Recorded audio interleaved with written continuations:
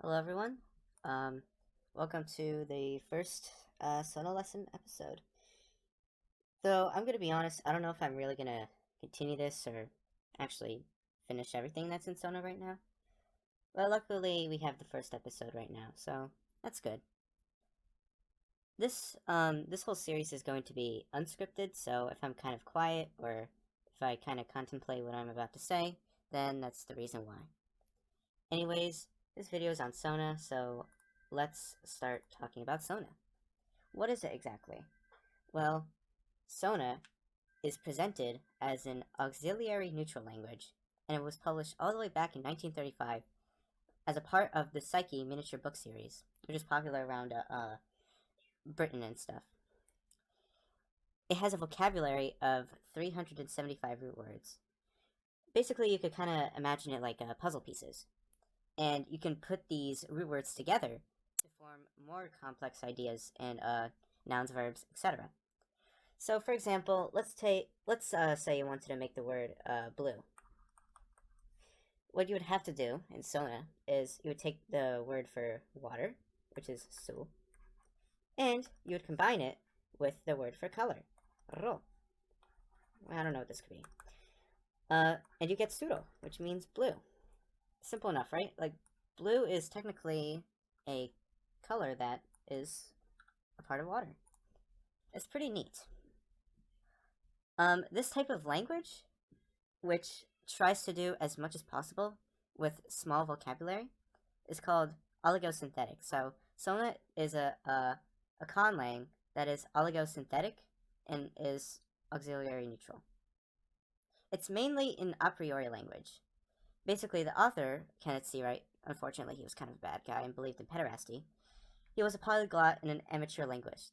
So what he did was he drew grammatical principles from a number of sources, which include Chinese, which I believe is Mandarin, Japanese,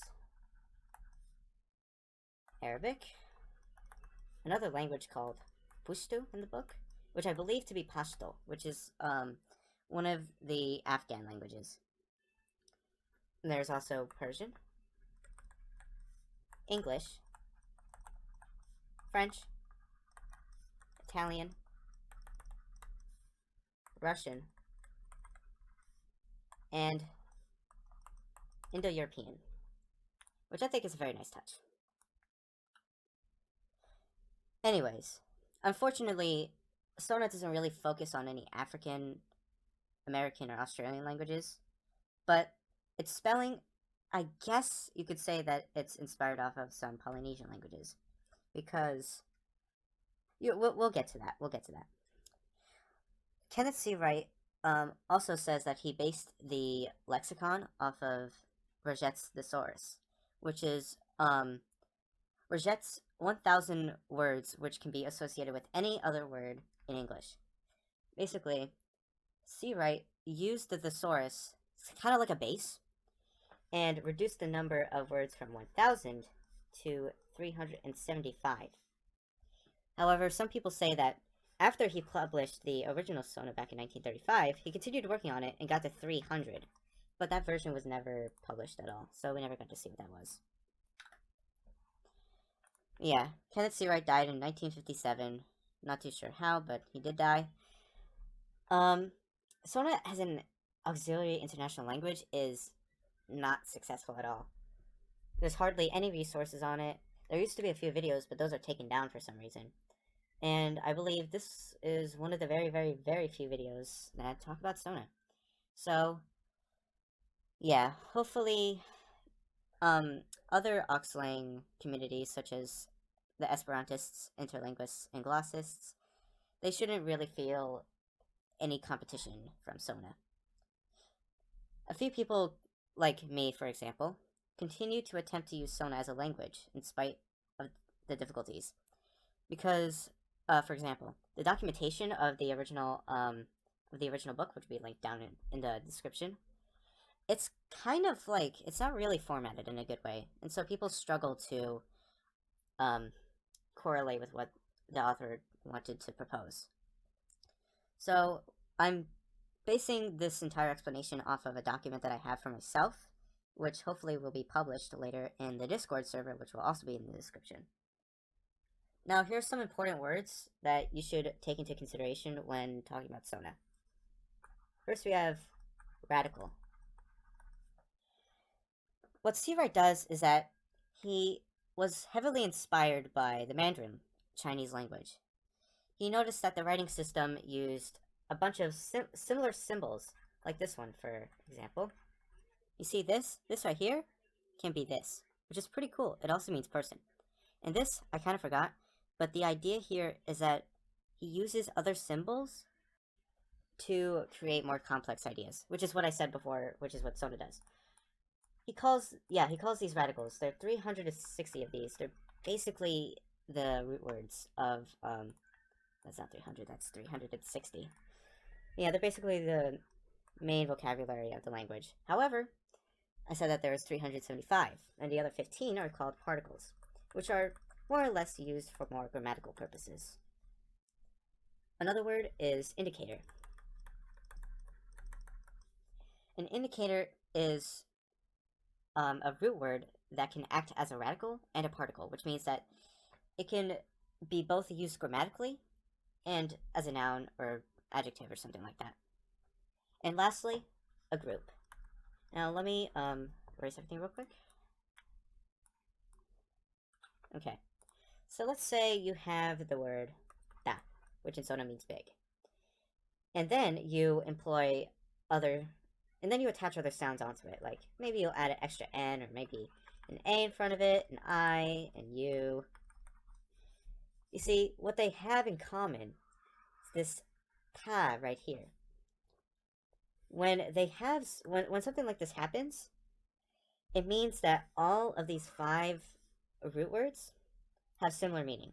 In other words, similar sounding equals similar meaning. But that doesn't mean that does not mean that ta or te are similar meaning, because they don't end with the same vowel. They have to have the same consonant vowel pair, I guess. Anyways, I think that's all the vocabulary you'll have to remember. Let's just dive in right into the alphabet and the pronunciation. So, Sona uses the Latin alphabet with a total of 24 default letters. The letters Q and W are not in Sona root words, but are allowed to be used in foreign words. So this means we have the following: A, B, C, D, E, F, G, H, I, J, K, L, M, N, O, P, R, S, T, U, V, X, Y, Z. That's the alphabet. Now, of course, the sounds implemented in Sona are not going to be a one-to-one correspondence with English, so we will explain what those sounds are. The 5 vowels, A, E, I, O, U, are the respective 5-vowel system. So, A is A, E is A, I is E, O is O, and U is U. Pretty straightforward. There's some consonants to remember as well. The letter C is pronounced as sh, which an English equivalent would be the word chin. The letter J is pronounced, actually, it can either be pronounced as j or ja. English equivalents, joy or measure. Our next letter is X, which is pronounced as sh. English equivalent, shake. And G. I would believe you would know what this one is. It's just G. There's no hard G, as some people call it, which is basically J in Sona. Gauge is a good example. Just here, though, not in the second G. The next letter is Z. Similar to J, it can have different pronunciations. Either it can be pronounced as Z, Z, or sa. The reason for this is that some people will mix sa and z with languages that don't really distinguish sound. For example, Chinese, Mandarin Chinese specifically, does not have voiced consonants. There's only sa in its aspirated version. This would be, I believe, okay, it would be like this. Yeah, there you go. Alright. Sorry about that tangent. Okay. The letter R, I would also assume you guys would know what would be coming for this one. I pronounce it usually as an alveolar trill or an alveolar flap or tap. However, depending on your native language, you can pronounce, you can associate R with whatever R sounds like in your language. So, if you want, you could say R sounds like R or R sounds like R. And the letter U, despite saying that it's a vowel, it can also act as a consonant. Let me explain. So it can be pronounced as W. There are 4 specific root words in Sona, which are particles.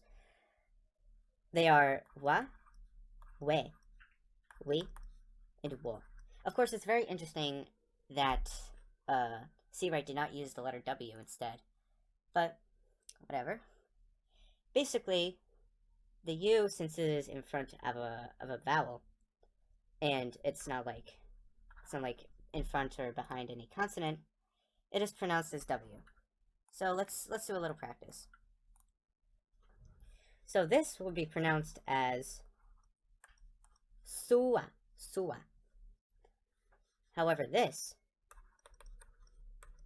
would be pronounced as hinwa, hinwa. Just wanted to clarify that. And the last letter is pretty strange too. The letter Y. Of course, it could be pronounced as ya. Or, in the case where letters have to be like pronounced in Sona, it's the schwa. So basically, let's see here.